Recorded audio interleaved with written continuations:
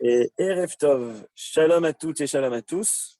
On est avec le Rav Ethan Fison, on continue sur les prophéties pour Midreshet Yehuda Menitou. Et ce soir, tu rentres dans le vif du sujet, le Mashiach, dans la névoie. Tu vas tout nous dire. Bechavod. Yofi. Alors, hop là. Là. Dis-moi, quand tu auras fini de mesurer, là, je t'envoie le numéro, tu peux savoir. Hop là. Ça, t'as pas besoin de. Qu'est-ce qui se passe? D'argent pour la commission. Allez voir 2 secondes. En net. Fort. Petite seconde, j'ai des trucs qui bug là. Une seconde, je vais prendre le chargeur.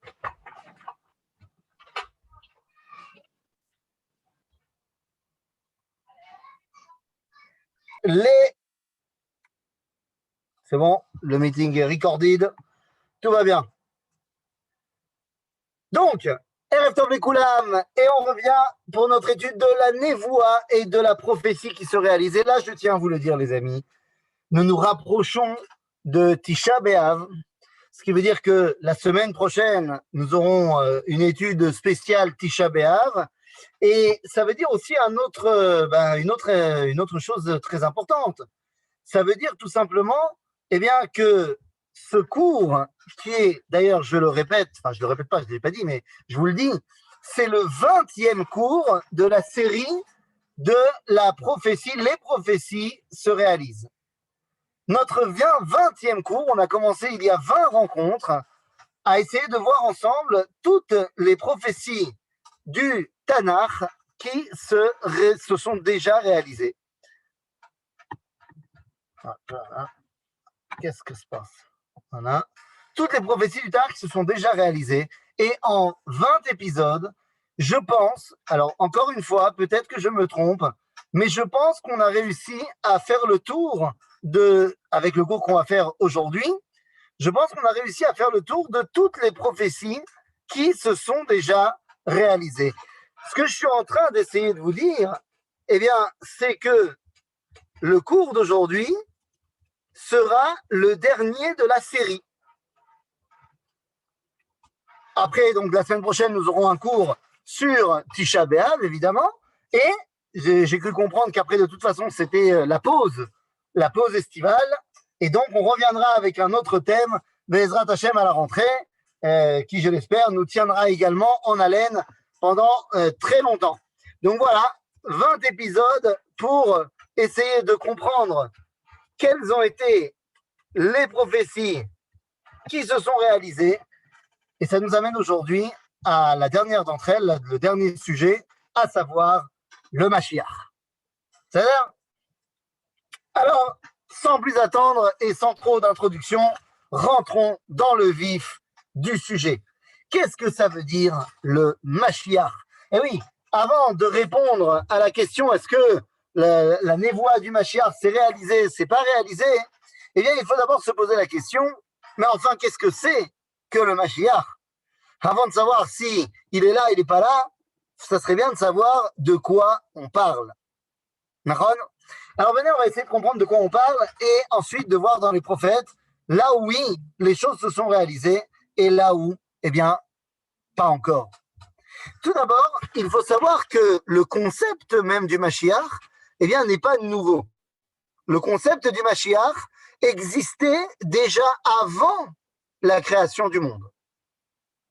Eh oui, nous dit la Gemara dans le traité de Nedarim à la page 39, que 7 choses ont été créées avant la création du monde et la dernière de la liste n'est autre que Shmo Shel Mashiach. Le nom du Mashiach a précédé la création du monde. Ouah.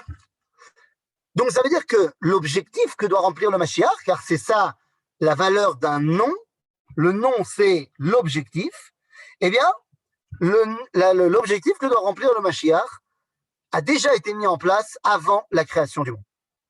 Et ça ne suffit pas d'être que dans la théorie, dès les balbutiements de la création, Akadosh Baruch Hu met déjà en avant l'idéal messianique. Vous connaissez le 2e verset de la Torah. Le 2e verset de la Torah, c'est déjà réalisé également, c'est une névoie qui s'est réalisée.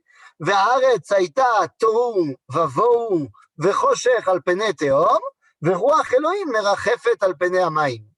Donc ça, je vous expliquer dans le Midrash de Bereshit Rabbah que Tohu, c'est Babylone, Bohu, c'est la Perse, Chosher, c'est la Grèce, et Théom, c'est Rome. En d'autres termes, lorsqu'on nous dit dans le début de la Torah que Va'aretz haïta tohu vavohu v'chosher al pene Théom, eh bien, ça fait référence à ces 4 empires qui vont successivement dominer le monde et dominer Israël. Vous allez me dire, oh, ils n'ont pas vraiment dominé le monde entier, hein, ils n'ont pas été jusqu'en Chine. Oui, mais celui qui domine Israël, eh bien, domine celui qui est censé dévoiler Dieu. Donc, en fait, il domine le monde. Et on nous dit à ce moment-là, tout de même, à la fin de l'histoire, Veruach Elohim merachefet al pene amaim. Et dans le même Midrash, c'est quoi Ruach Elohim merachefet al pene amaim?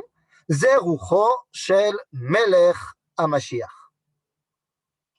Donc ça veut dire que non seulement avant la création du monde, dans la dimension théorique, eh bien le Mashiach est déjà présent, mais dès les balbutiements de la création, le Mashiach l'est également.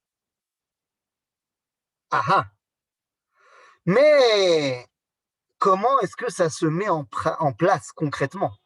C'est-à-dire que Dieu l'a théorisé et Dieu a commencé dès la création du monde à pas seulement le théoriser, mais le mettre dans ce monde.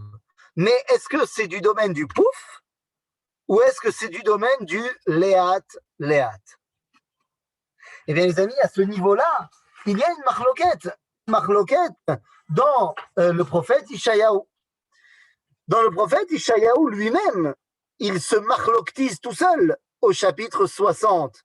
Ishayahu, Perek, Samer, c'est la haftara également de la paracha de Kitavo. Et à la fin de ce chapitre Samer, dans le dernier verset, nous dit Ishayahu que la Géoula, elle sera Be'ita Achishena. Et le Talmud se pose la question, elle dit, mais comment ça? Be'ita ou Achishena? Be'ita, ça veut dire en son temps. Achishena, ça veut dire avancer. Alors je ne comprends pas, est-ce que la Géoula, elle va être en son temps ou est-ce qu'elle va être avancée? Et le Talmud répond, bah, ça dépend. Si on mérite, elle sera avancée. Si on ne mérite pas, elle sera au moment prévu, fixé par Akadosh Baruch Hu. De la même façon, et là le Talmud continue sur la dimension messianique, en disant, et le Mashiach dans tout ça, est-ce qu'il vient Ke'ani Rochev al-Chamor, tel un pauvre sur son âne, ou al-Anane Shemaya, ou sur des nuées célestes? En gros, est-ce que le Mashiach, il vient avec une Renault Clio, sans faire de pub, ou est-ce qu'il vient en avion de chasse? Eh bien là aussi, le Talmud dira, si on mérite, en avion de chasse, si on ne mérite pas, en Fiat Punto. Comme ça, vous ne direz pas que j'ai une préférence sur une marque à une autre. Donc, la notion messianique, elle se met en place. Est-ce qu'elle vient à un moment fixe ou est-ce qu'on peut l'avancer? Eh bien, ça dépend de nous. Et ce processus d'avènement messianique, eh bien, il existe déjà, on l'a dit depuis très longtemps au niveau théorique, mais très longtemps également au niveau de la réalisation concrète. Toujours dans le Midrash de Bereshit Rabbah, on va nous expliquer que lorsque il y avait l'histoire de Yosef et que toute la maison d'Israël était en galère, chacun était en train de se morfondre pour un autre problème. Les frères de Yosef étaient en train de se morfondre sur le sort qu'il avait fait à Yosef. Yosef était en train de se morfondre parce qu'il était en train d'être emmené en Égypte. Réhouven était en train de se morfondre à cause de la faute qu'il avait fait avec Bila. Yehuda était en train de se morfondre de la responsabilité qu'il n'a pas prise. Yaakov était en train de se morfondre du sort qu'il pensait être de son fils. Et le Midrash demande, et Akadosh Baruch Hu faisait quoi à ce moment-là? Eh bien, on nous dit, Akadosh Baruch Hu aya osek ve'oreg oro shel melech HaMashiach. Il était en train de broder comme une kippa sruga, oreg, melachon, broder, en train de broder l'âme du Mashiach. Et en fait, bah oui, puisque Yehuda, dans ses tourmentes, va rencontrer Tamar, et c'est avec Tamar qu'il va y avoir la lignée messianique. Donc, on voit que l'idéal messianique est déjà mis en place depuis très longtemps. Mais on ne sait toujours pas quel est son rôle. À quoi ça sert le Mashiach? Encore une fois, avant de savoir s'il est là ou s'il n'est pas là, à quoi ça sert? On a dit que le nom du Mashiach a précédé le monde, a précédé la création de l'univers. Et le nom de quelqu'un, ou le nom d'une chose, c'est l'objectif qu'on lui donne. Lorsque l'ange porte le nom de Raphaël, eh bien le rôle qu'il a à jouer dans le monde, c'est d'amener la guérison sous l'impulsion de Dieu.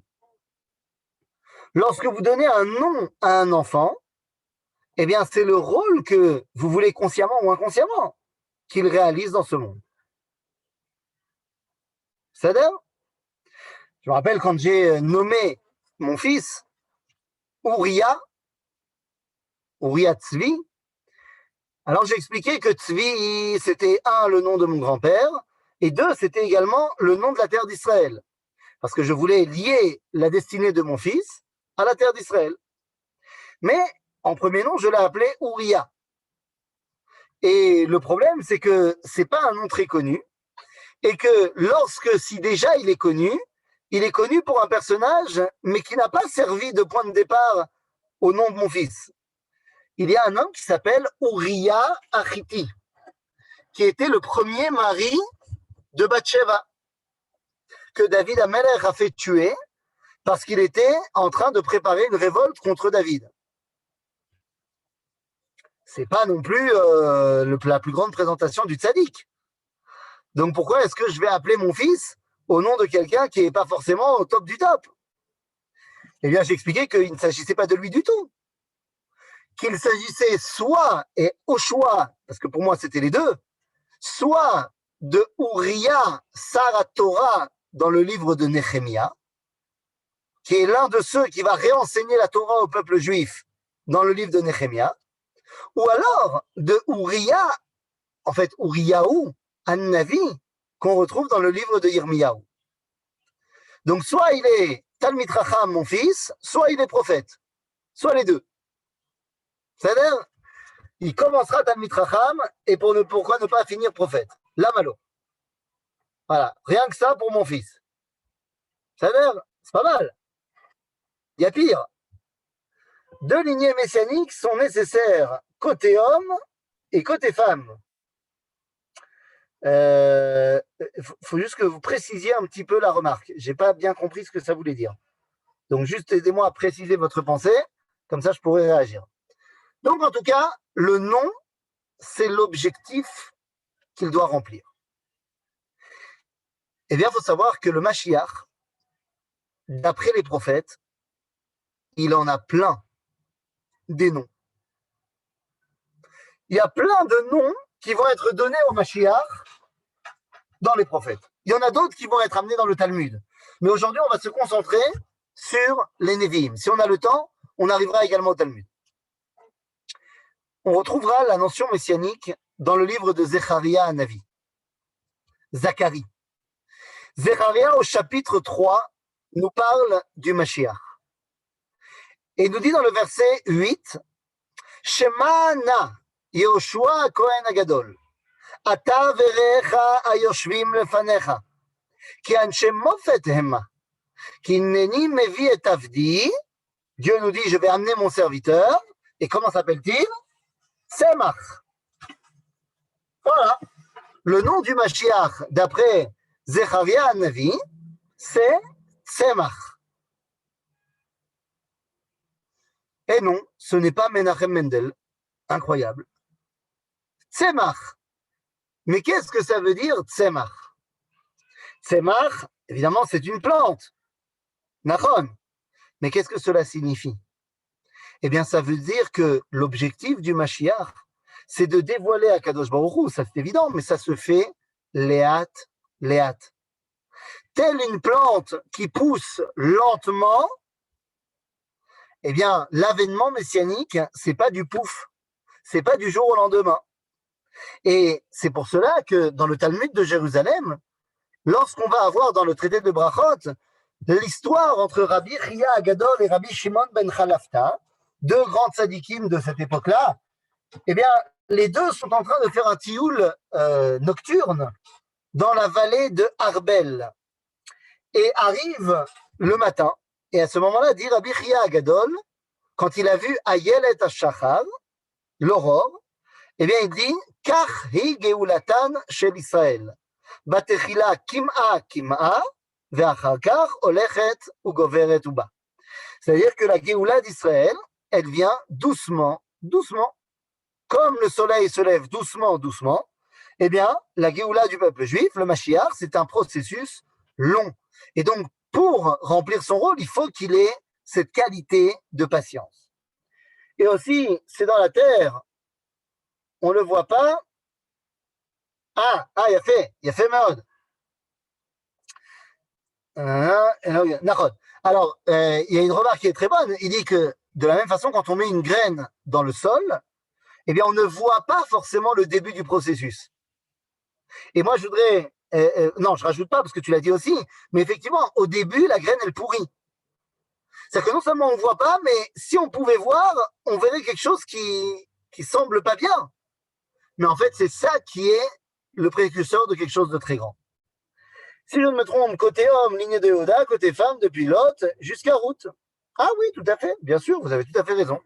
Maintenant, j'ai compris ce que vous vouliez dire. Bien sûr. Et donc, également, du côté de Ruth, ça n'a pas été facile pour arriver à la lignée messianique. D'accord. Donc, la première dimension messianique, c'est cette dimension de, Savlanout.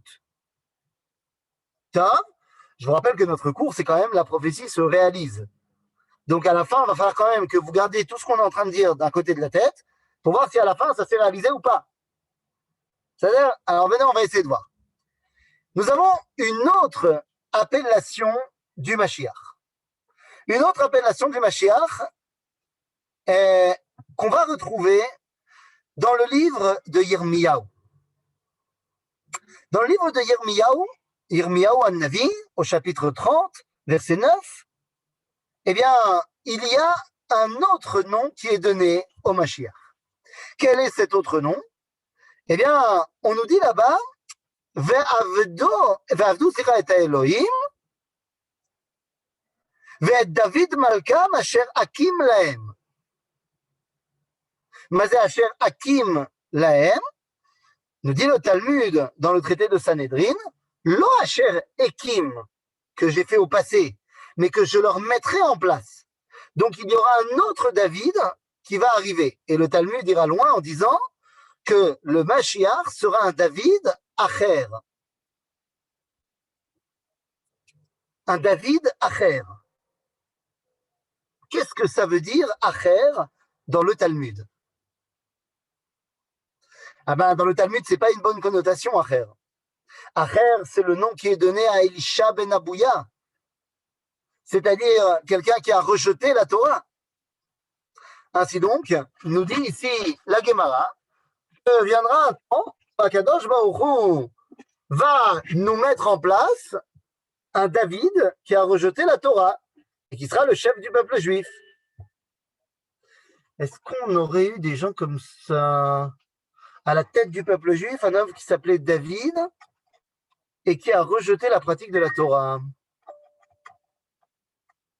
Si seulement on m'avait dit qu'il avait des cheveux en pétard et qu'il faisait 1m60. À ce moment-là, j'aurais compris qu'il s'agit de David Ben Gurion. Mais oui, David Ben Gurion, c'est David Acher. Mais attention, ça veut dire quoi? Ça veut dire que ce David Acher, il a un rôle aussi à jouer. Quel est le rôle qu'il a à jouer? Eh bien, le rôle que David Acher, Rabotai, a à jouer, il est très simple. Il est très simple. Il doit remplir la fonction physique de renaissance nationale. Ce que dira le Midrash dans le Yalkut Shimoni, nous dira le Yalkut Shimoni, Amar HaKadosh Baruch Hu, Mashiach, Korim lo Ephraim Mashiach Tzidki. Ephraim. Ephraim, dans le Tanakh, il est toujours mis en opposition à Yehuda. Yesh Yehuda et Ephraim, qui deviendront le royaume d'Israël face au royaume de Judée, qui seront toujours mis en porte-à-faux, l'un étant l'abondance matérielle, l'autre étant le Beth Amikdash. Dans la tradition juive, ces deux dimensions messianiques s'appellent Mashiach ben Yosef et Mashiach ben David. En d'autres termes, il y a une dimension messianique qui est Mashiach ben Yosef et qui a pour rôle la résurrection nationale d'Israël. D'accord? Donc on a dit, premièrement, d'après Zecharia, il faut prendre son temps. C'est un Mashiach qui a le temps. Ensuite, on a dit, d'après Ishayahu, ça peut être avancé, ça peut être pas forcément au moment que Dieu a décrété, on peut l'avancer si on mérite. Et d'après Jérémie, on a dit que c'est un David Acher, qui rejoint le Midrash, qui nous dit que c'est Ephraim. En d'autres termes, un David qui va prendre sur lui la résurrection nationale sans tenir compte des mitzvot. Ça commence à faire beaucoup de choses qu'on connaît. Le prophète Jérémie a un autre avis, il ne se contredit pas, mais il donne une autre définition du Mashiach. Au chapitre 23, vu que Shlomo est ben David et a construit le Beth Amikdash, peut-on considérer que David lui-même est Mashiach ben Yosef, bien qu'étant descendant de Yehuda? Bevadaï! Bevadaï qu'on peut considérer cela. Je vais te dire mieux que ça. L'Arizal disait que le premier Mashiach ben Yosef n'était autre que Yitzhak Avinu. Yitzhak Avinu, le premier Mashiach ben Yosef. Il ne peut pas être ben Yosef s'il est Yitzhak qui est l'arrière-grand-père de Yosef. Et pourtant, il est quand même Mashiach ben Yosef. Est-ce que Shlomo aurait pu être Mashiach ben David? Complètement.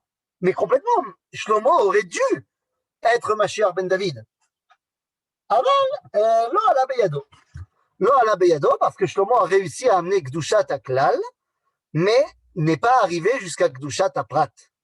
C'est-à-dire qu'il y avait la sainteté collective du peuple juif, mais pas arrivé à chaque individu. Donc Shlomo aurait pu, mais ça l'a pas fait. Voilà, saute. Quoi qu'il en soit, nous voyons donc Jérémie, Yirmiyahu Hanavi, au chapitre 23, a une autre définition du Mashiach.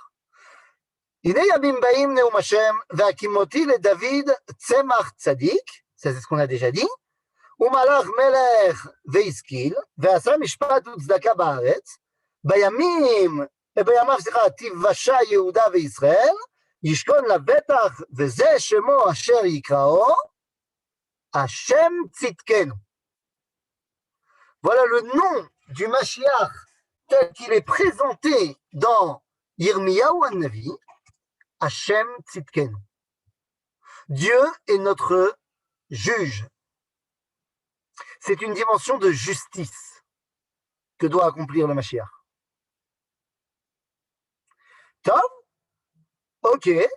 Donc on a dit, Savlanout, dimension nationale sans Torah.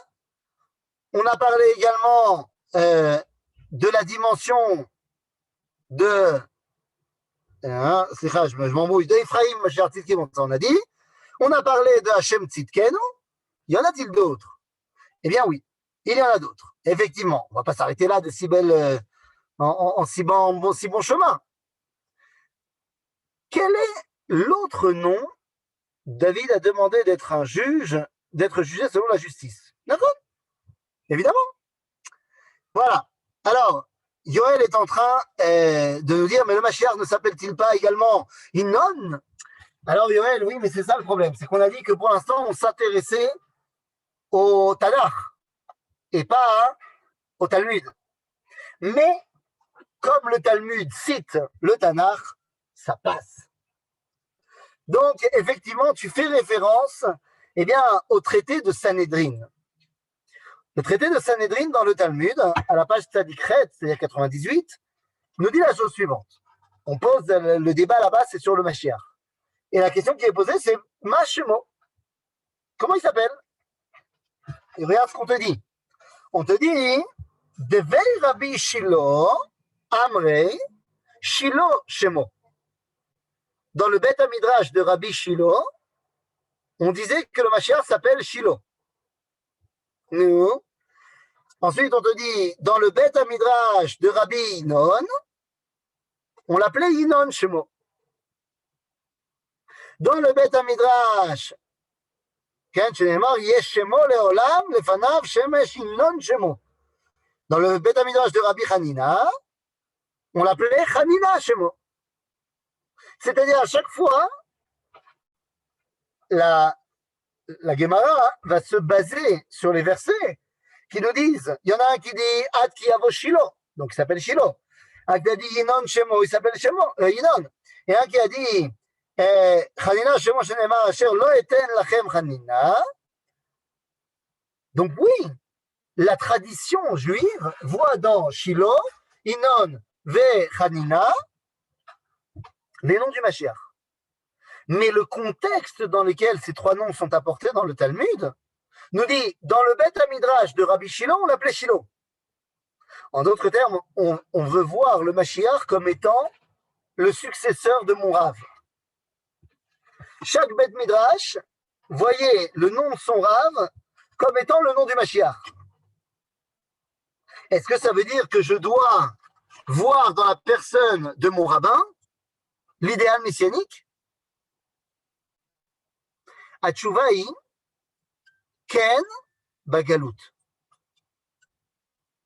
Bagalout, le seul qui te rattache à l'idéal messianique, c'est le Rav qui t'enseigne l'idéal messianique. Donc oui, Bagalout, qu'est-ce qui me rattache au Mashiach? Mon Rav. Ah, vas-y, Bagalout. La reine, ces trois appellations du Mashiach sont là pour me permettre en fait de passer l'exil pour pouvoir m'intéresser au Mashiach tel qu'il a été prononcé dans les prophètes. De la même façon, on aurait pu continuer en disant que la Gemara continue, elle dit et le Mashiach, il vient des vivants ou il vient des morts? Et la Gemara elle dit écoute, s'il vient des vivants, on va l'appeler comment? Et s'il vient des morts, on va l'appeler comment? Amar Rav Nachman nous dit Im ben Achayim, on va l'appeler comme qui? On va l'appeler comme Rabbi Yehuda Anassi. Et s'il vient des morts, on l'appellera comme qui? Comme Daniel. Seulement ici, la Gemara nous dit, tu aurais pu en choisir plein d'autres. Des morts, tu peux en choisir plein. Nachon. Mais on veut que tu prennes conscience que Rabbi Yehuda Anassi et Daniel, ils avaient un point commun tous les deux, à part le fait d'être des tzadikim. C'est qu'ils étaient tous les deux avec un rôle politique. Donc ça ne suffit pas d'être un grand tzaddik, il faut également que tu remplisses un rôle politique. Alors j'ai évidemment sauté volontairement un autre nom qui est mentionné dans la même Gemara qu'on a citée tout à l'heure. Pourquoi est-ce que je l'ai omis volontairement? Parce qu'il y a suffisamment de gens qui en parlent à ma place. Eh oui, la Gemara nous dit Veyesh Omrim, et il y en a qui disent Menachem Shemo. Et nous saluons ainsi tous nos amis Chabad qui disent que le Rabbi c'est forcément le Mashiach, parce que la Gemara dit qu'il doit s'appeler Menachem. Sauf que la Gemara, elle a dit aussi qu'il s'appelait Shilo, Inon, Hanania, Daniel, Rabbi, qui s'appelait Tzemach, Mashiach Tzidki, Hashem Tzidkenu. Il ne s'appelle pas que Menachem. C'est-à-dire, exactement, un rôle politique, c'est pas en galoute. C'est pour ça qu'on prend comme exemple Rabbi, qui était le dernier rôle politique avant l'exil, et Daniel, pareil, au niveau du premier temple, au niveau du second temple. C'est-à-dire, donc, on voit que les prophètes se sont énormément intéressés au sujet messianique. Mais la question est de savoir est-ce que ces névoot se sont réalisées ou pas. Et avant de dire si elles se sont réalisées ou pas, y a-t-il une corrélation entre ces névoot et la halakha?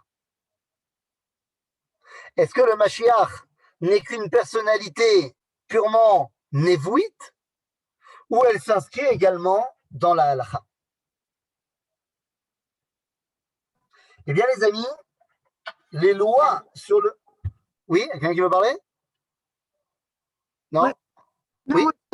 Non, est-ce qu'on ne dit pas que le Machar, ce n'est pas un homme, mais c'est une koufa, c'est une- Une période, Oui, un processus. Un processus. Eh bien, justement, c'est pas un homme, on n'attend pas un homme. eh bien, c'est ce que nous allons voir justement. Justement, c'est très dangereux d'attendre un homme. Alors, très bonne question, très bonne remarque. Et c'est justement pour ça qu'il faut maintenant rentrer dans la halakha. Qu'est-ce qu'elle nous dit, la loi juive, par rapport à tout ça? C'est-à-dire, il peut décider provisoirement pour un jour, et ça, de changer la halakha, mais pas de façon finale. Non, c'est pas le Mashiach qui peut changer la halakha pour un jour et pas de façon finale. C'est un prophète qui peut faire ça. Un prophète, il a la capacité halachique de changer la halakha pour un temps, mais pas le Mashiach. Si le Mashiach il devient prophète, alors il pourra le faire. Sinon, il ne peut pas. C'est-à-dire? Donc, Rabotai, quelle est la loi juive à ce niveau-là? C'est pas compliqué. Des lois sur le Mashiach, on n'en a pas 36. On a le Rambam dans Ilchot Melachim au chapitre 11 et 12. C'est lui là-bas qui termine le Yad HaChazaka, donc toute son œuvre, avec les lois sur le Mashiach. Et que nous dit le Rambam? Eh bien, nous sommes dans Ilchot Melachim, chapitre 11 et 12. Alors attends, il y a ici quelqu'un qui dit Tzemach, État d'Israël, David Acher, Egal Ben Gurion, Ephraim, Asher Ben Yosef, sionisme politique, Hashem Tzidkenu, la justice de la fin des temps, Hashem, Rua Elohim, soit la finalité du monde, avec un E, le monde. Et peut-être, on verra si à la fin du cours, on peut faire la suite logique que tu nous as écrit ici. Nous dit le Rambam la chose suivante. Amelech HaMashiach, Atid La'amod. Ah, donc il s'agit d'une personne. Amelech HaMashiach va se lever. Ve'la'achzir malchut bet David le'oshna memshala harishona. Il va ramener la dynastie de David, telle qu'elle était à l'époque. הוא בונה המקדש ומקבץ נדחי ישראל וחוזרים כל המשפטים בימיו כשהיו מקודם. Il va reconstruire le Beth Amikdash, rassembler les exilés et toutes les lois de l'époque reviennent en vigueur. Makrivim korbanot, veosim shmitim veyovlot, kechol mitzvotam amurot batorah. On refera les korbanot, on refait la shmita. Qui sait, peut-être l'année prochaine il va venir le Mashiach. La shmita, comme c'est marqué dans la Torah. Première halakha. Donc d'après cette halakha-là, il semblerait que ce soit, oui, un bonhomme. Halakha bet. Vechol mi she'eino ma'amin bo, tout celui qui n'y croit pas. Oh, mi she'eino mechake lebiato, celui qui n'attend pas sa venue. Lo beshar neviim bilvad ou kofer. Il ne rejette pas seulement les prophètes. Et la Torah ou Moshe Rabbeinu. Il rejette la Torah et Moshe Rabbeinu. She'arei ha-Torah eida alav. Nous dit le Rambam, la Torah a témoigné sur l'existence du Mashiach. Et moi, on m'avait expliqué que la Torah, le Pentateuque, ne parlait pas officiellement du Mashiach. Que toutes les autres sources qu'on a citées, c'était des sources des Nevi'im.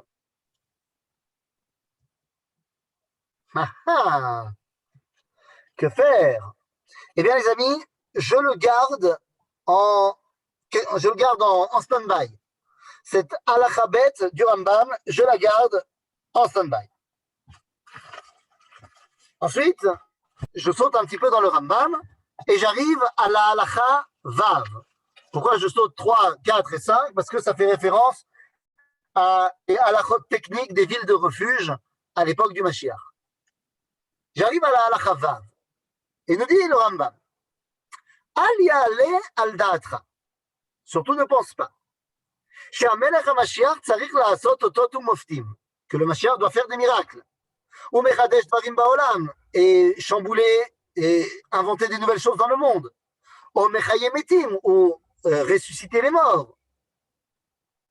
וכיוצא בדברים אלו שהטיפשים אומרים.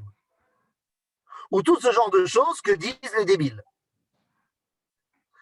Voilà, quand tu entends quelqu'un qui te dit, quand le Mashiach il va venir, il y aura des miracles partout, tout le monde sera tzaddik, il y aura des arbres à bonbons, et ça sera génial, le Rambam pense que cet homme-là est un débile.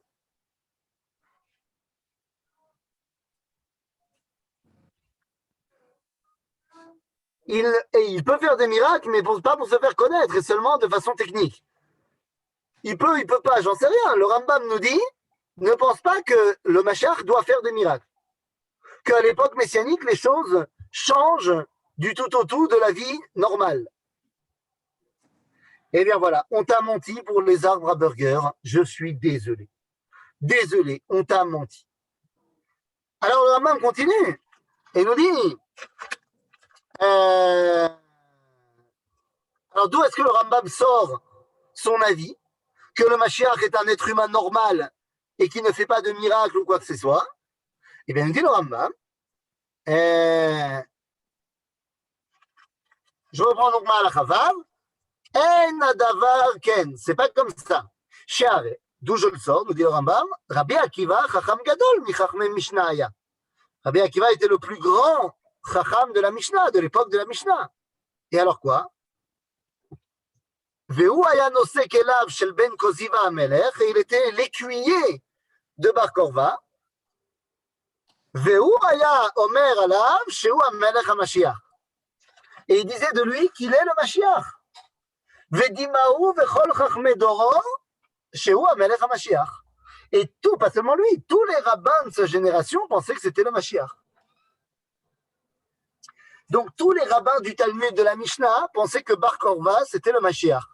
Or, Bar Korva était non seulement pas quelqu'un qui faisait des miracles, 2, c'était pas un rabbin, et 3, il faisait même pas que des choses qui étaient conformes vraiment avec la halakha. Mais sa volonté de prendre le pouvoir politique et de nous libérer de l'emprise des Romains, eh bien, c'est ce que Rabbi Akiva et les autres rabbins attendaient du Mashiach. Ah! Après, le rabbin nous dit, Ad shene'erag ba'avonot. Et finalement, il a été tué. וכיוון שנהרג, נודע שאינו משיח. Comme il a été tué, on savait que ce n'était pas lui le Mashiach. ולא שאלו ממנו חכמים לא אות ולא מופת. Et personne ne lui a demandé de miracle ou quoi que ce soit. Mais nous dit le Rambam dans la halacha Zayin, ועיקר הדברים ככה הם. Et il faut que tu saches la base des choses. La Torah, notre Torah, nous, התורה הזאת, אין חוקיה ומשפטיה משתנים לעולם. Les lois de la Torah ne changent pas, jamais. ולעולמי עולמים, ואין מוסיפים עליהם, on n'enlève rien, on rajoute rien. וכל המוסיף או גורע, או שיגלה פנים בתורה שלו כהלכה, הרי זה בוודאי רשע ואפיקורס. אוקיי? Comme Moshe a fait des miracles, ce n'est pas pour se faire connaître, c'était pour libérer le peuple. Tous les miracles que Moshe a fait dans le désert, c'était absolument pas pour prouver le fait qu'il était libérateur, mais c'était, nous dit le Rambam dans Ilchot Yesodei HaTorah, parce que c'était nécessaire au moment T pour faire avancer le peuple juif. Mais à aucun moment pour prouver quoi que ce soit. Donc le Rambam a une vision complètement terre à terre du Mashiach. Dans le chapitre Yudbet, nous dit le Rambam la chose suivante. Non, le bâton qui se transforme en serpent, c'est pas pour les Hébreux, c'est pour les Égyptiens. C'est pour les Égyptiens pour leur montrer qu'il est au niveau des Égyptiens, qui parlent leur langage. Et la main lépreuse, c'est parce que Moshe a fait du Lachon Hara sur les Bnei Israël, Et je te rappelle que la main lépreuse, il ne l'a pas montré au Bnei Israël. C'est Dieu qui lui a montré à lui. Bekitsour, dans le chapitre Yudbet, le Rambam va un peu plus loin. Et nous dit, Al ya'ale al alev, ne pense pas non plus, chez Beyemot HaMashiach, dans les temps messianiques, Yibatel davar miminago shel olam, que le monde va changer. O sheyeh sham chidush b'maaseh bereshit, il y aura des miracles. Kshe'atipshim omrim, comme le disent encore une fois les gens pas très intelligents. Ela olam keminago noeg, le monde continue normal. Et là, le Rambam nous parle d'une période messianique. Et donc, on comprend qu'il y a deux choses. Il y a la période messianique qui s'appelle Yemot HaMashiach. Yemot HaMashiach, ça s'appelle la Géoula. Et il y a une autre dimension qui s'appelle Yemé HaMelech HaMashiach. C'est le bonhomme, Monsieur Mashiach. Est-ce qu'on continuera les zooms? Oui, bien sûr qu'on continuera les zooms, mais avec un autre sujet. Ben la saute. À mon sens, on a rempli toutes les cases des névotes qui se sont réalisées.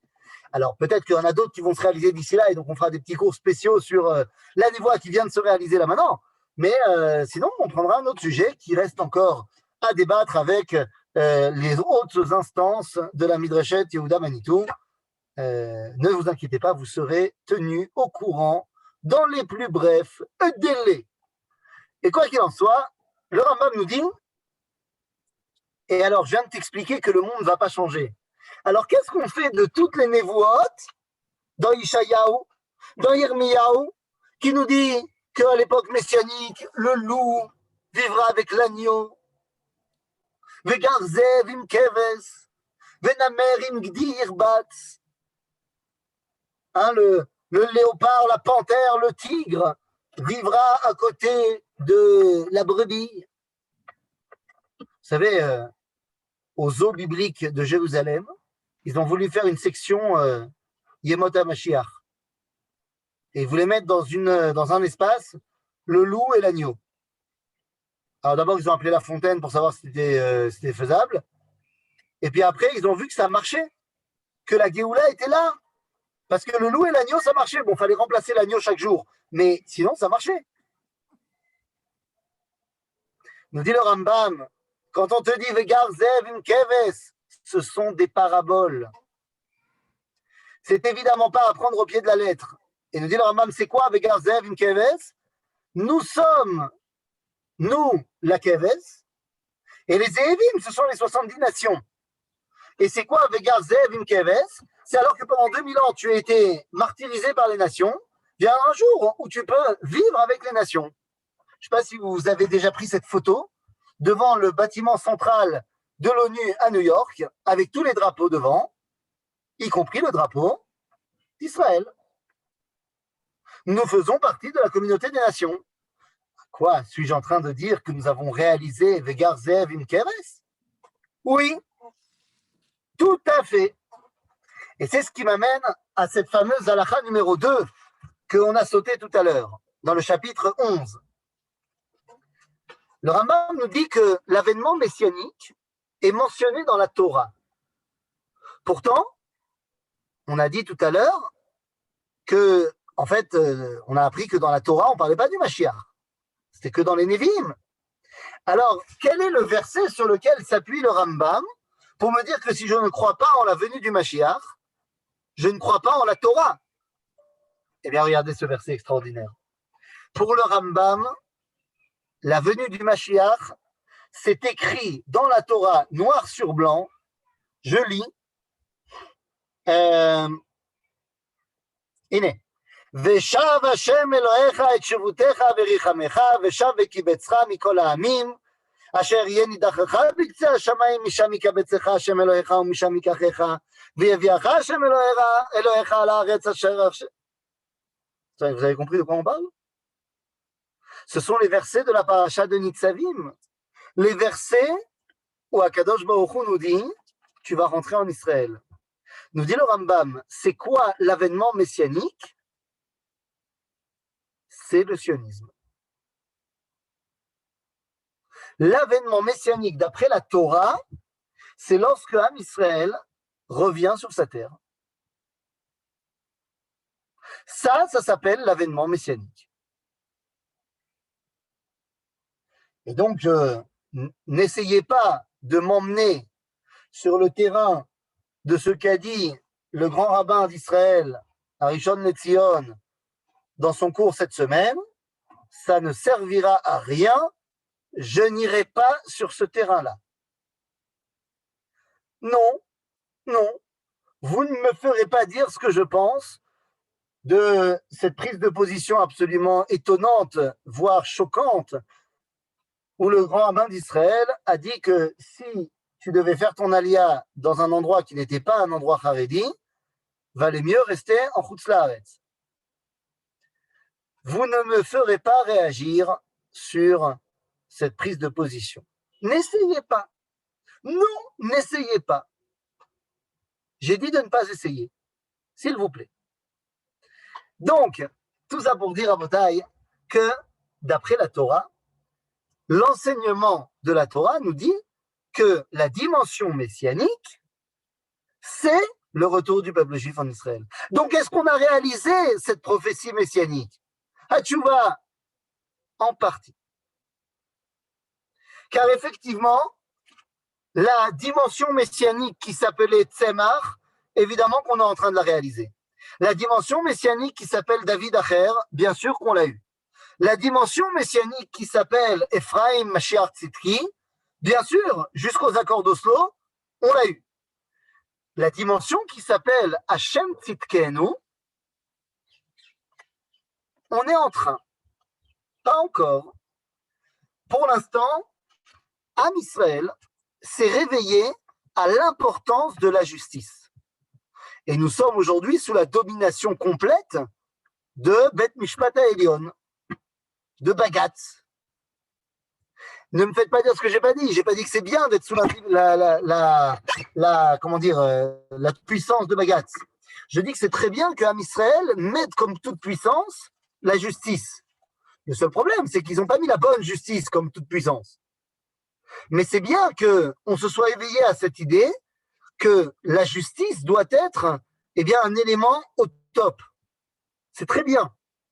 Maintenant, il ne reste plus qu'à faire comprendre au peuple que la justice de Bagatz, qui est basée sur le droit anglais, voire le droit international, et qui est très très loin du droit hébraïque, c'est pas forcément la meilleure justice qui soit. Mais l'idée qu'on accepte aujourd'hui que le droit doit prévaloir, c'est bien. Il faut juste maintenant réapprendre le bon droit. Ok? Sous la domination de la Tikchoret, mais vous êtes en train de voir des complots partout, dites-moi. C'est bien qu'Am Israël pense qu'il faut qu'on soit dans une société juste. C'est très bien. C'est pas bien qu'ils pensent que la justice est décrétée par Bagatz. Mais c'est très bien qu'on ait envie de justice. Il ne tient qu'à nous maintenant de réexpliquer au peuple juif quelle est la justice d'Akadosh Baruch Hu.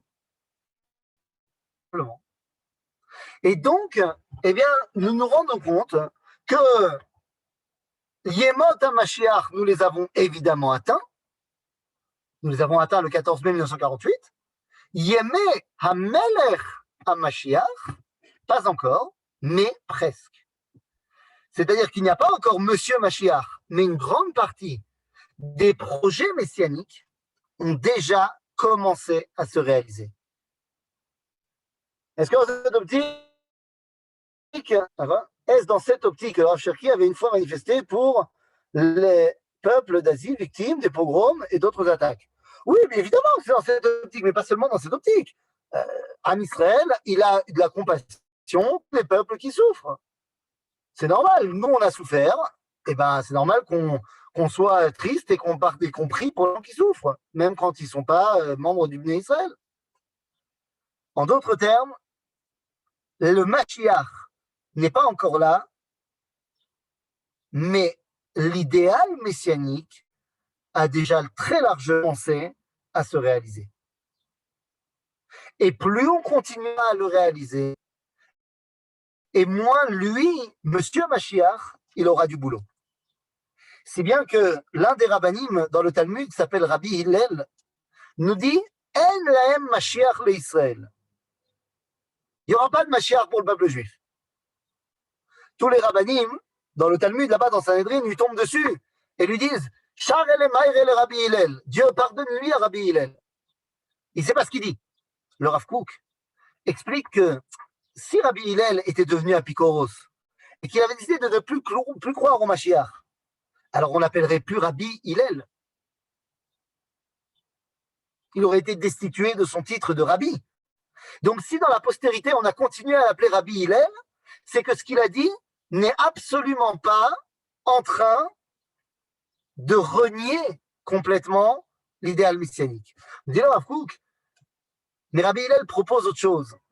Rabbi Hillel propose que le Mashiach ne soit pas le chef politique du peuple juif, mais soit le représentant politique du peuple juif. C'est-à-dire qu'il n'ait aucun pouvoir décisionnaire, mais qu'il soit un véritable émissaire représentatif. En français, est-ce que le Mashiach doit être Rosh Memshelet Israël ou Nessi Medina? Est-ce qu'il doit être le chef politique concret, c'est lui qui prend les décisions de ce qu'on fait, ou est-ce qu'il est la reine d'Angleterre et il est là en tant que kavod pour couper des rubans, pour inaugurer des endroits? De dire Rav Kook, de dire que le Mashiach doit être celui qui doit faire tout le boulot,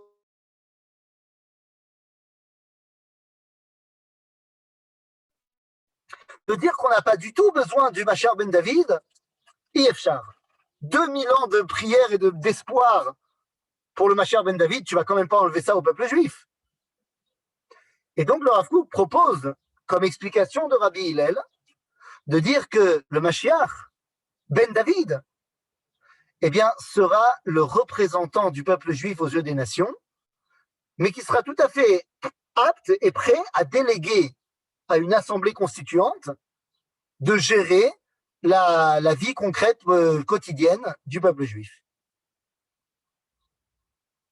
Est-ce que l'option d'un gouvernement parlementaire qui serait dirigé par un gouvernement et qui aurait à leur tête un représentant qui soit là pour justement apporter l'image du peuple juif aux yeux des nations, eh bien, je crois que c'est ce que nous avons créé dans l'État d'Israël. Nous avons créé un système où nous avons un chef qui est censé être le représentant aux yeux du monde, et nous avons un gouvernement qui est censé diriger. En d'autres termes, le Mashiach ben David n'est pas encore dévoilé. Mais les Mashiach ont déjà commencé. Et le projet de Mashiach ben David, lui aussi, a déjà commencé. Et plus on avancera, et moins il devra être et pourra se consacrer à être celui qui dévoile Shem Hashem, Baolam, et rien ne nous empêche, eh bien, d'y aider. Il n'y a plus de Zoom. Oh, il va vaille. Ça fait combien de temps? Il va vaille. C'était ma dernière phrase, ma phrase de fin, ma phrase choc.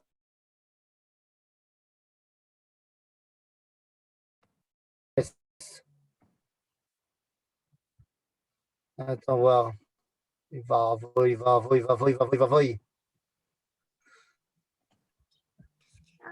Eh bien. Non, ça va, on entend. Sur YouTube, ça marche? Oui, Sur YouTube, ça marche. non, mais on entend. Ethan. Oui. On entend.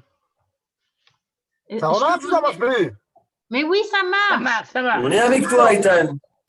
Ah, Yofi, j'avais peur. Oui. Allons-y. Posez les questions.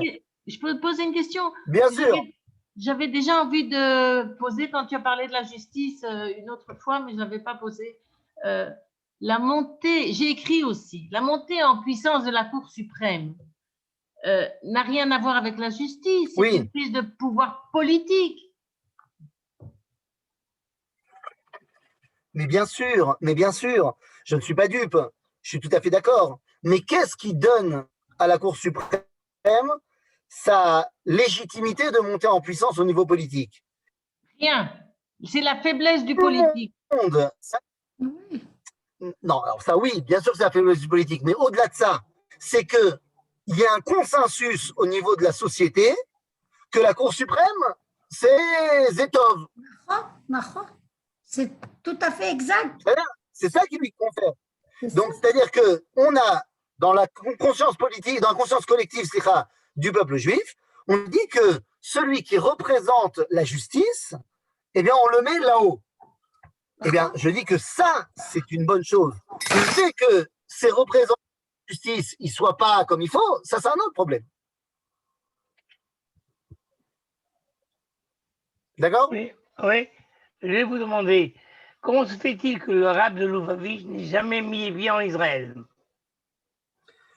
Le rabbi de Lubavitch n'est pas venu en Israël parce qu'il pensait qu'il devait continuer à travailler en Chutz La'aretz, et il pensait qu'il n'aurait plus le droit ilchatique d'en ressortir.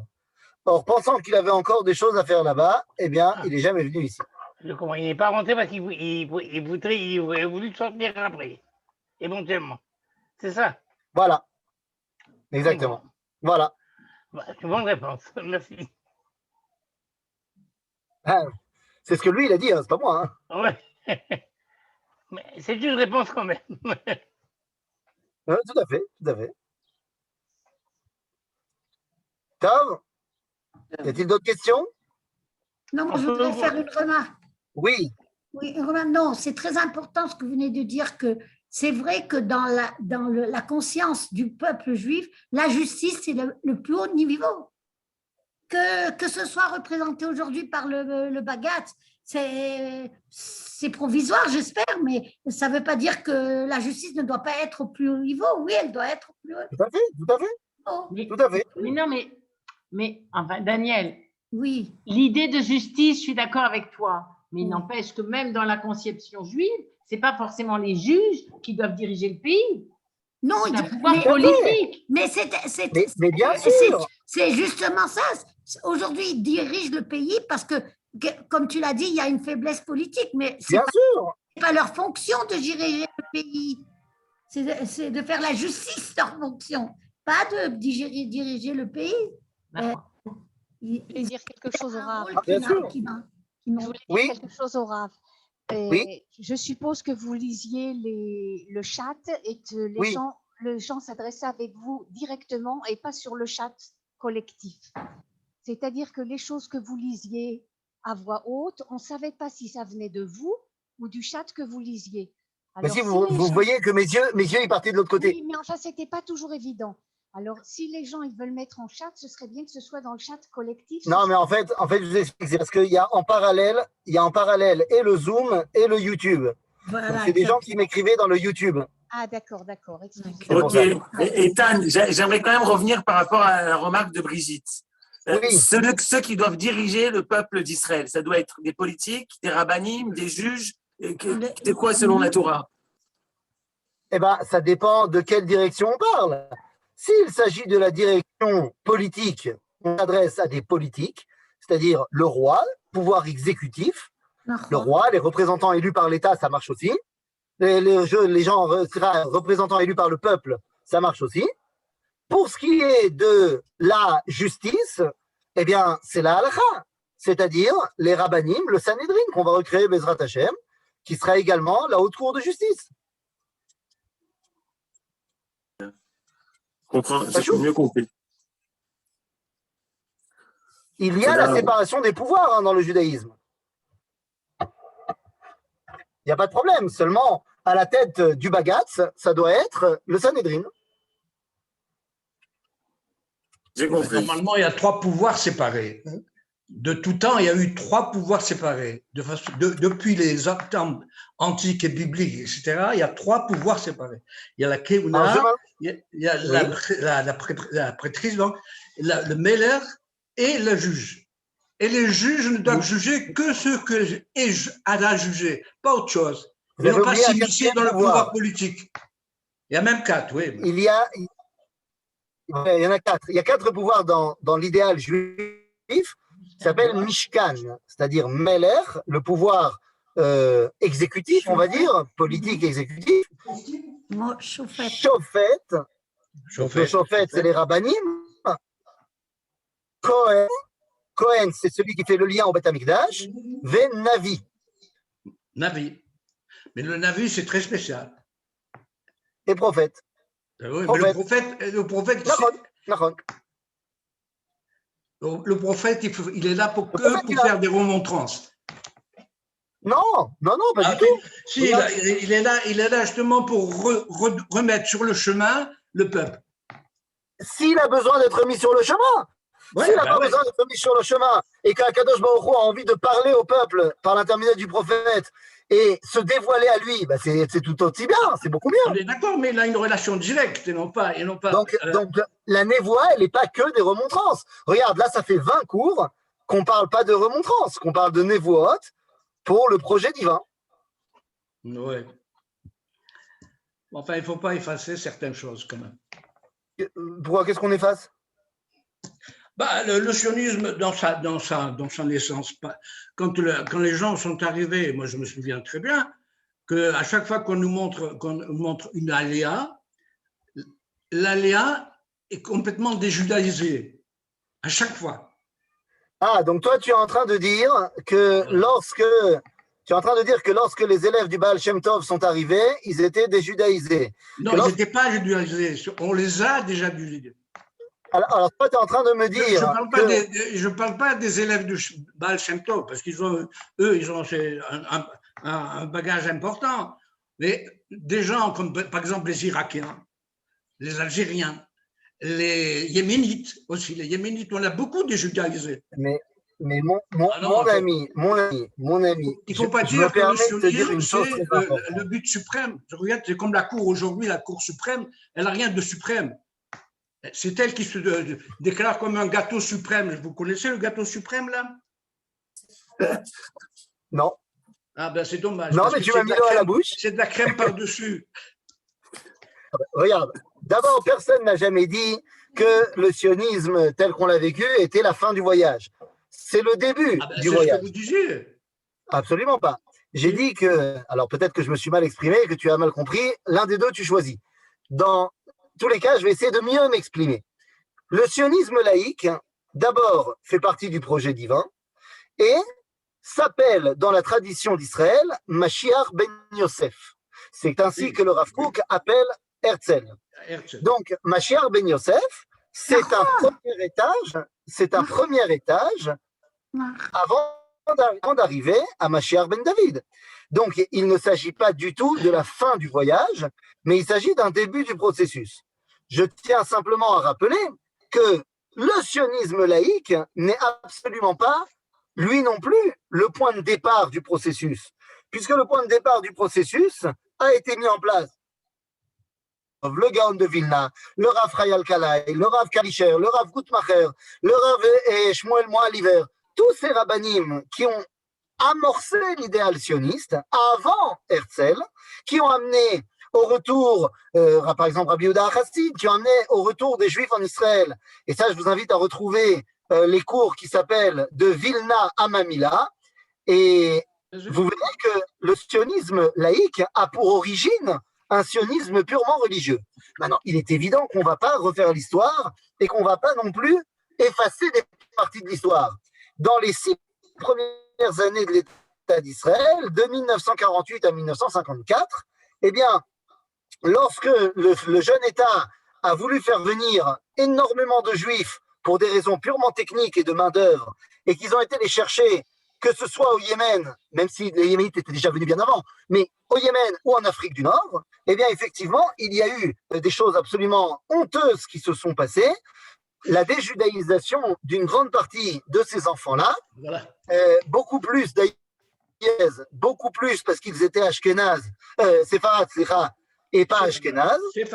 Oui, Séfarades et pas Ashkénazes, parce que les Juifs qui venaient de Hongrie, eh bien, eux, on les amenait dans des kibbutzim datiim. Donc, c'est plus un mouvement anti-séfarade à l'époque qui est tout aussi honteux que anti-religieux. Et c'est une période…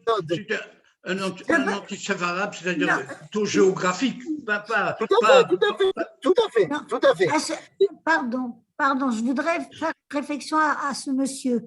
Ces gens-là qui ont soi-disant été déjudaïsés en Israël, s'ils étaient restés au Maroc ou en Tunisie, tout ça, ils ne se sont pas déjudaïsés. Aujourd'hui, en France, les Juifs ne sont pas Alors, déjudaïsés. Il y a une assimilation de 1 sur 2 ou 3, alors qu'on ne raconte pas des histoires parce qu'ils sont venus en Israël, ils ont perdu. Non, mais non, attention. Madame. C'est pas eux. Attendez. C'est pas eux qui sont à Attendez, l'origine moi, de c'est moi. leur assimilation. C'est les sionistes eux-mêmes qui ont voulu faire un homme nouveau. Ils disaient un homme nouveau. La théorie de Ils étaient Volokov. restés au Maroc. Oh, qu'est-ce qu'il raconte, ce mec? En France aussi, ils auraient été déjudaïsés aujourd'hui. Pas par leur volonté, par la chose. Alors, pas exagérer. Est-ce que je peux dire un truc? Quoi? Je peux On dire un t'écoute, truc c'est encore ton coup. C'est gentil, c'est gentil. Regardez. Tu as tout à fait raison, madame, de citer Daniel, je Rabbi m'appelle Daniel. Daniel. Tu as tout à fait raison de citer Rabbi Avraham Azoulay, Baal HaChesed LeAvraham, qui écrit dans son livre que on ne peut pas dire de quelqu'un qui vient en Israël que c'est Eretz Israël qui l'a fait descendre de niveau spirituel. Parce que le Talmud nous dit que tout celui qui habite en Eretz Israël, il ressemble à celui qui a un Dieu. Rajoute à cela. Mais, monsieur Nakache, 2 secondes. Laissez-moi juste aller au bout du propos et vous allez voir que vous êtes d'accord avec moi et je suis d'accord avec vous. La terre d'Israël en elle-même, c'est sûr que vaut mieux y venir, même si c'est pour baisser de niveau toranique. Dans tous les cas, vaut mieux venir ici plutôt que de rester à Paris ou de rester à la Goulette. Point. C'est sûr. OK? Maintenant, ceci étant dit, c'est pas bien que l'État d'Israël, dans ses premières années, lorsque des enfants venant de familles religieuses du Maroc, d'Algérie, Tunisie, plus du Maroc principalement, eh bien, les ont envoyés dans des kibbutzim tout jeunes. C'était des enfants tout jeunes qui étaient venus par la Aliyat Noar, donc sans leurs parents, sans repères. Ils les ont amenés dans des kibbutzim non religieux. Et donc, les seuls repères qu'ils avaient, c'était les sionistes non religieux, qui leur ont donc enseigné ce nouvel idéal. Et donc, eh bien, c'était des enfants qui ont grandi sans Torah et qui ont lâché la Torah parce qu'ils simplement, ils n'en avaient pas. Je tiens à rappeler qu'au niveau historique, comment étaient répartis les enfants de Aliyat Noar? Ils étaient répartis à la proportionnelle de la représentation à la Knesset. C'est-à-dire, s'il y avait 20% de partis religieux à la Knesset, 20% des enfants arrivaient dans des kibbutzim religieux. S'il n'y avait que 10, c'était que 10%. Et comme je l'ai dit tout à l'heure, l'avantage était donné aux enfants venant de pays ashkénazes. OK? Donc, il est évident que c'est très, très grave que lorsque les jeunes enfants sont arrivés, on n'ait pas respecté l'ambiance des familles dans lesquelles ils venaient. C'est grave, c'est pas bien, c'est quelque chose qu'il faut dénoncer. C'est vraiment négatif. Maintenant, c'est oui, positif qu'ils soient venus dans tous les cas. C'est sûr qu'il valait mieux qu'ils viennent plutôt qu'ils restent au Maroc.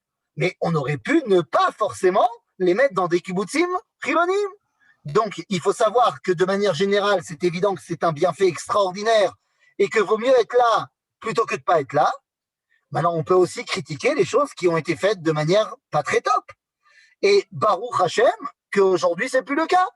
Baruch Hashem, qu'aujourd'hui, un jeune, un moins jeune qui arrive en Israël, personne ne le force d'aller dans un kibbutz non religieux, absolument pas. Tu peux aujourd'hui tout à fait décider d'aller où tu veux t'installer en Israël. Tu peux décider d'aller faire la alia de groupe et de te mettre dans un groupe qui vont dans des endroits où il n'y a que des tzadikim. Et tu peux décider d'aller à Bnei Brak, tu peux aussi décider d'aller à Tel Aviv.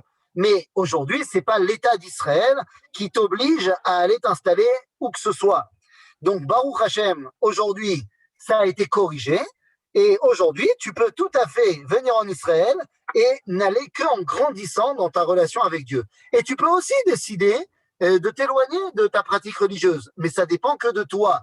Ce n'est plus à incriminer l'État d'Israël.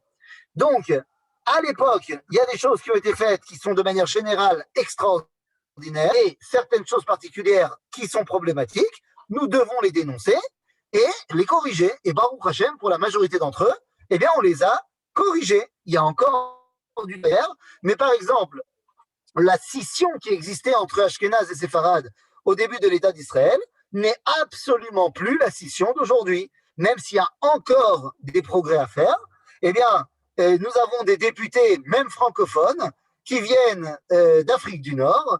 Nous avons également des hommes qui sont dans tous les postes les plus importants.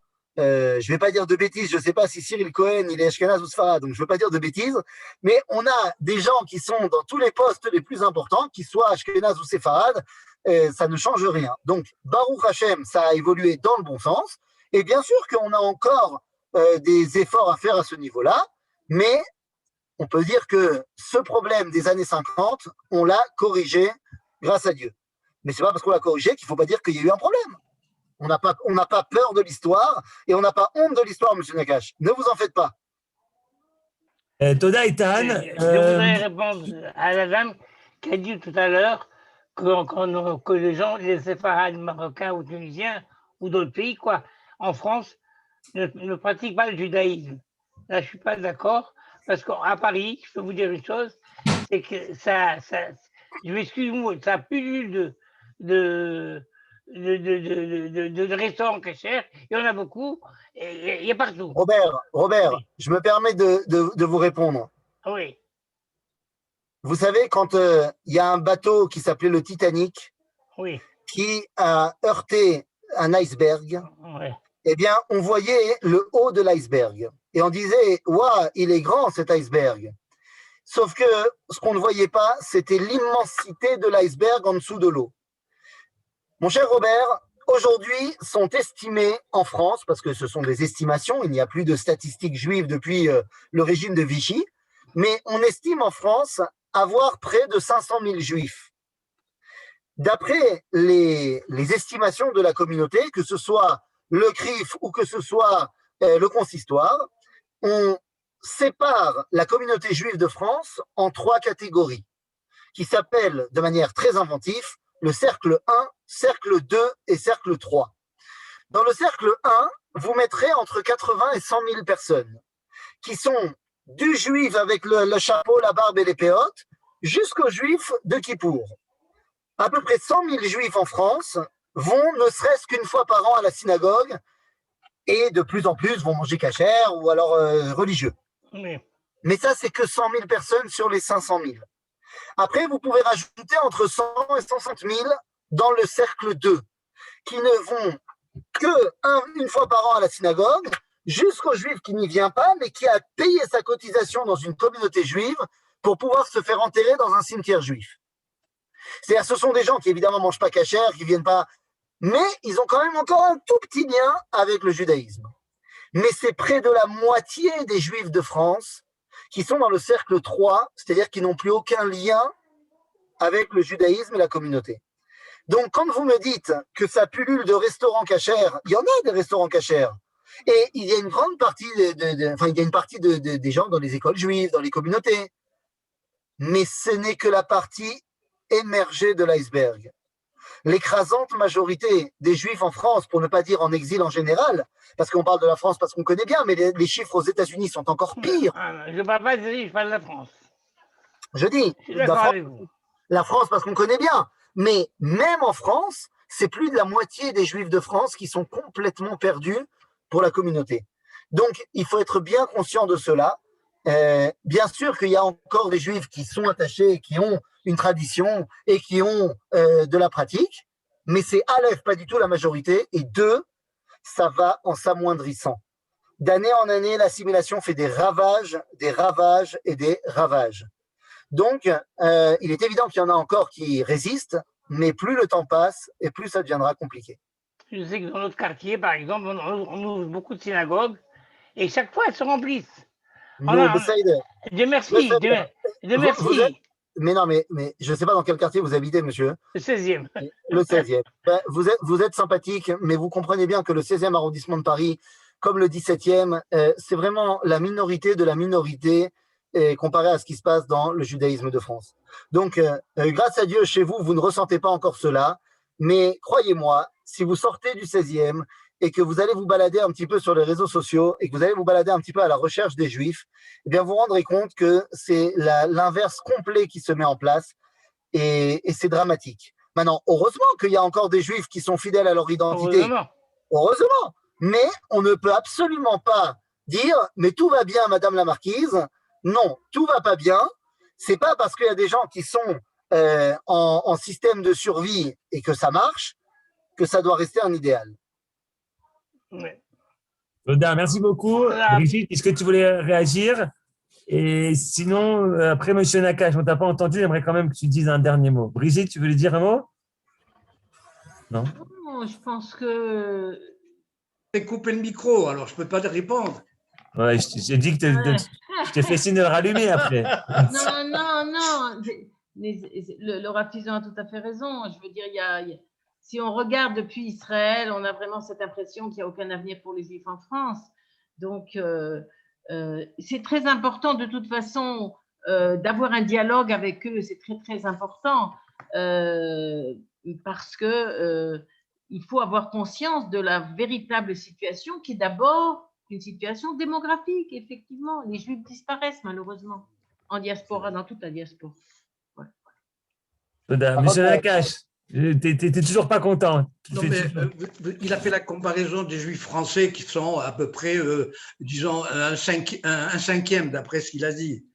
Un cinquième de quoi? Mais en Israël, c'est 15% de Juifs religieux, c'est pas plus.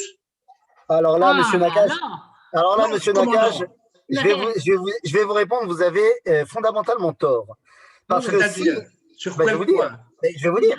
Les statistiques, mais vous verrez. Mais je vais vous dire. Si vous prenez le même comparatif, vous vous rappelez que lorsque vous me parlez de 1/5 en France, j'ai parlé de ce qu'on appelle le premier cercle, c'est-à-dire… Oui, les fameux 3 cercles. Donc, ça veut dire que dans le premier cercle, le fameux 1/5, on met du juif avec les péotes et ce que tu veux, jusqu'aux juifs de Kippour. Eh bien, mon ami, c'est plus de 87% des juifs en Israël qui vont à la synagogue à Yom Kippour. 87%. Plus de 87%. Et je ne te parle pas en temps de Corona.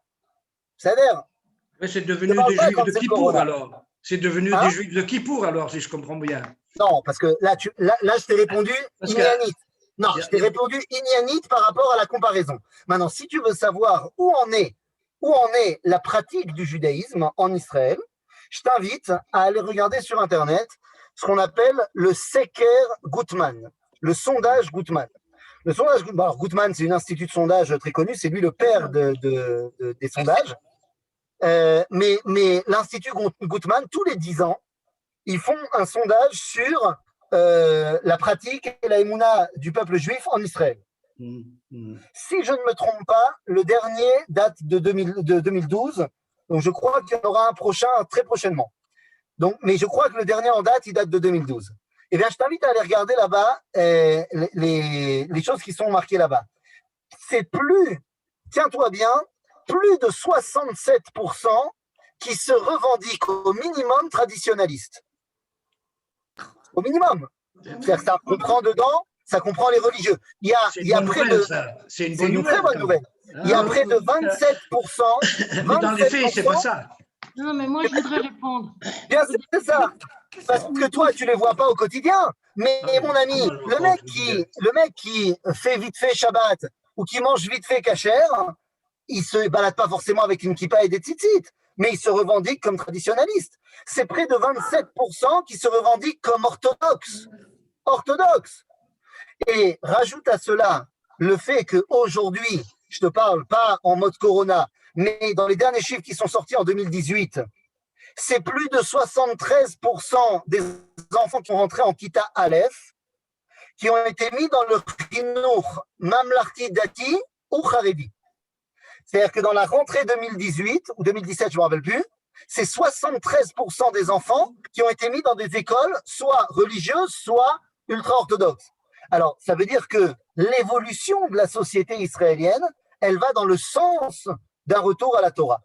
Maintenant, ça prend du temps, bien sûr. C'est pas… Ah non, moi je voudrais rajouter quelque chose. Si vous moi aussi. Ah oui, non. Oui. On est en train de juger l'expérience israélienne avec les critères de la diaspora.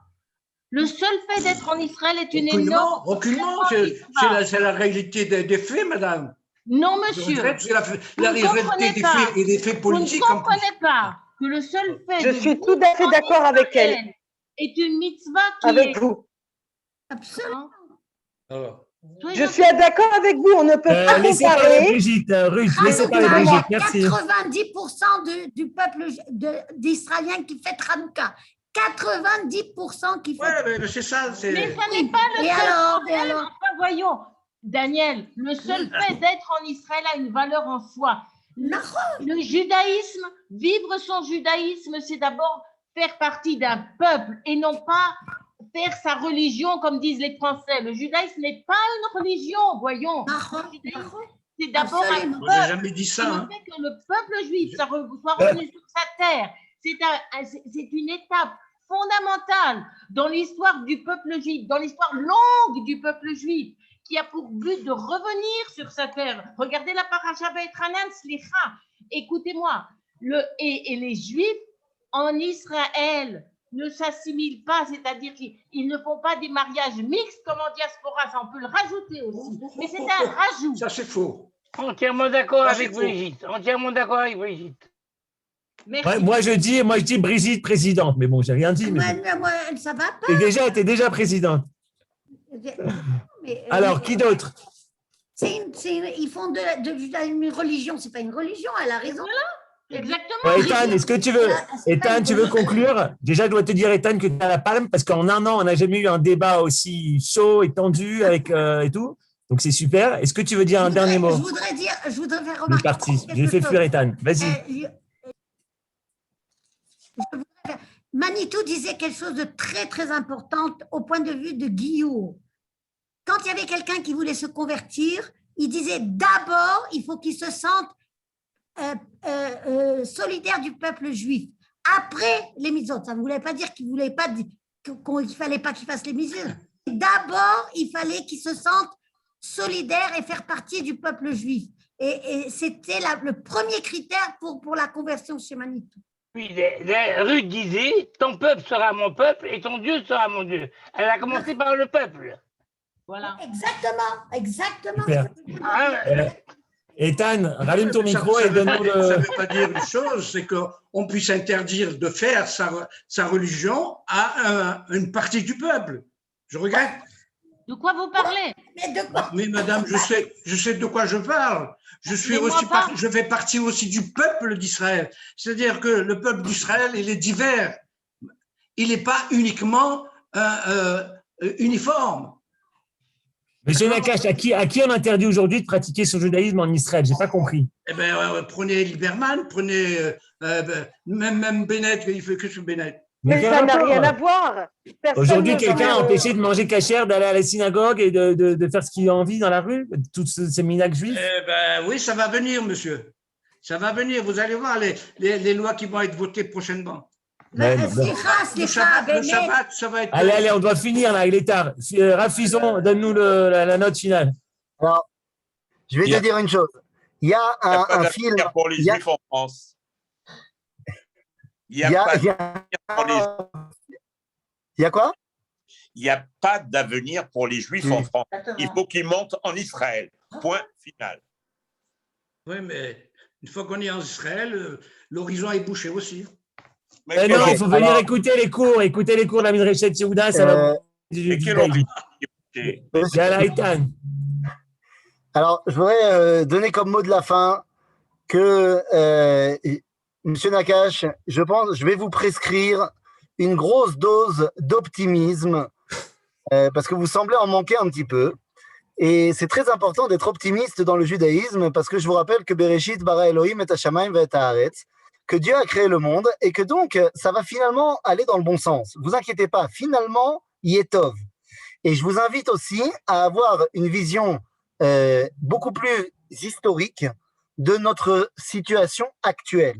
C'est-à-dire que si vous avez un regard sur les 4000 dernières années du peuple juif et que vous regardez, vous analysez notre situation actuelle par rapport à ces 4000 ans d'histoire, eh bien vous verrez que nous sommes dans une situation bien meilleure qu'elle n'a jamais été. C'est-à-dire que la situation du peuple juif aujourd'hui est bien au-delà de tout ce qu'elle a jamais été. Ça ne veut pas dire qu'elle est parfaite. Je ne suis pas en train de masquer les problèmes. Je sais qu'il y en a.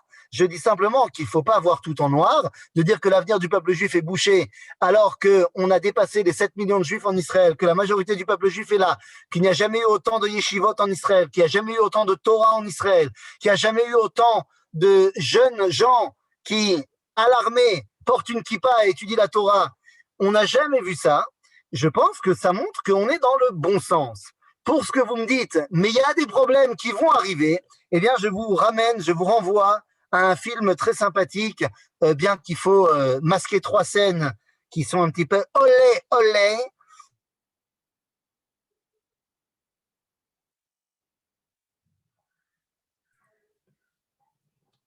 Ah bah, voilà, il a été censuré, je crois.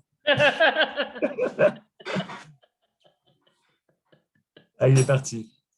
Alors, M. Nakache, ouvrez le micro. Parce que vous avez la chance, il est parti, Rafizon. Ah, Vous m'avez tu as été censuré. C'est pas très bien, vous censurez les gens, là. Non. Rafizon, rallume, éteins, rallume. Tu as été censuré. Tu as parlé des 3 scènes olé olé. Ça, il n'a pas apprécié le Zoom. Rallume le micro. Ah, je t'ai bloqué le micro. Bah oui, j'ai bloqué le micro à tout le monde pour. Non, pas tout le monde. Finir. Si, j'ai fini. Je disais, il y avait 3 scènes olé olé. Ça s'appelle le film Train de vie. Train de vie, qui est une comédie sur la Shoah. Bon. Avec ce qu'on est en train de dire, c'est pas un vrai film, c'est pas une histoire vraie, mais c'est un film qui est très très très sympathique. Quoi qu'il en soit, à un moment donné, on parle d'un shtetl là-bas, tu sais, en Pologne, tout le monde autour du rabbi, et au fur et à mesure du film, il y a un mec du shtetl qui devient communiste et qui commence à faire devenir communiste un tiers du shtetl. Et donc à un moment donné, il vient voir le rabbin et il lui dit « Attention, rabbi, le glas d'une ère nouvelle va bientôt sonner. » Et là, le Rav lui répond, « Eh bien, attendons qu'il sonne. Pourquoi tu t'excites maintenant ?» Donc toi, tu dis, il y aura des problèmes. T'en fais pas. Dès qu'il y aura des problèmes, on arrivera à les gérer comme on les a toujours gérés. Et au final, eh bien, je te rappelle que « Vaya bayom haou yeh Hashem echad u'shmo echad » et on est beaucoup plus proche de ça. On est beaucoup plus proche de ça que de ce qu'on avait avant.